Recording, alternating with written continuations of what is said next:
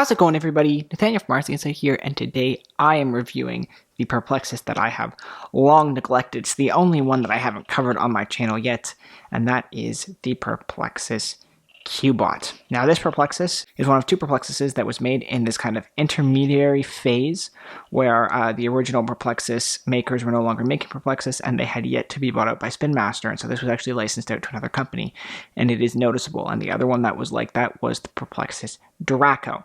And so they do have some similarities in the sense that they are both designed after an object. In this case, the Q-Bot is meant to be a robot, and it is definitely noticeably different. That being said, that does not make this a bad Perplexus, and at the time, it was the first square Perplexus to come out. Now, of course, we have had the Rubik's Cube Perplexuses, and this does suffer from one of the issues that the Rubik's Cube Perplexuses do, and that is, in these square ones, it seems it can be a lot harder to follow the marble and where it is on the track. I will be having a walkthrough come out for this soon. For now, let's talk about some of the unique features of this Perplexus. So this Perplexus, I believe, goes 1 to 30 or something about that. You start up here, and the finish is somewhere on this guy.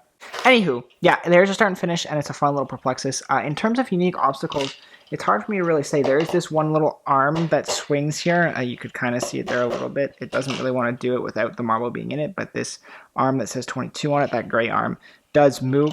Other than that, this really has just a lot of classic Perplexus obstacles, quite frankly, but it's just laid out a little bit differently in the sense that it actually is in the form of an object that you're kind of navigating. And so that's what makes this different, and that's what makes some of these obstacles a little bit unique and difficult. It's not that there's something we haven't seen before, but the way they're presented to us is in a way that we really haven't seen before.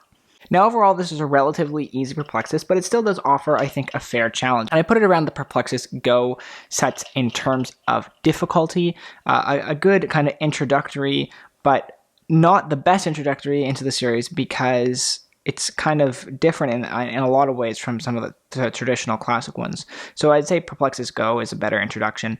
Also, this is no longer available. However, if you are a Perplexus fan who is looking to collect all of them, this is absolutely an essential part of that collection. This is a good Perplexus, and it's a fun little challenge. It took me a little while to complete. I wasn't that in. There was a phase where I wasn't that into Perplexus, and so I kind of ignored this for a while. And it did take me a bit to complete because there are some difficult obstacles on here. There are some, there's a unique layout in terms of the way the track is, and it can be a little bit difficult to follow where exactly the ball is going from time to time with this cube shape. So overall, this is a Perplexus that I'd say I like. Really, it's small, and there is not a lot to talk about here, especially given pretty much everything in this Perplexus is stuff we've seen before. It's just frankly actually a pretty well laid out maze, and by far the superior of the two Perplexuses that were made before Spin Master bought the Perplexus brand. Overall, I thoroughly enjoy this Perplexus, and I would definitely recommend it to you guys out there if you're looking to pick it up. It's definitely worth the purchase, even though it's no longer available. I know this was a really short review, but there's not a lot to talk about here. Like I said, I like the Perplexus, and I think it's a fun little maze game, but absolutely nothing groundbreaking other than the fact that it was a square. So that's my review, guys, for the Perplexus Q-Bot. Click the like button down below if you like this video, found it useful at all. Really, really short review for you guys today. Subscribe if you're interested in more content like this. Perplexus walkthroughs, reviews, all that sort of stuff is on my channel, as well as other toys and games content as well. So subscribe if you're interested in any of that. And with all that said, thanks so much for watching, guys, and I will see you in the next video.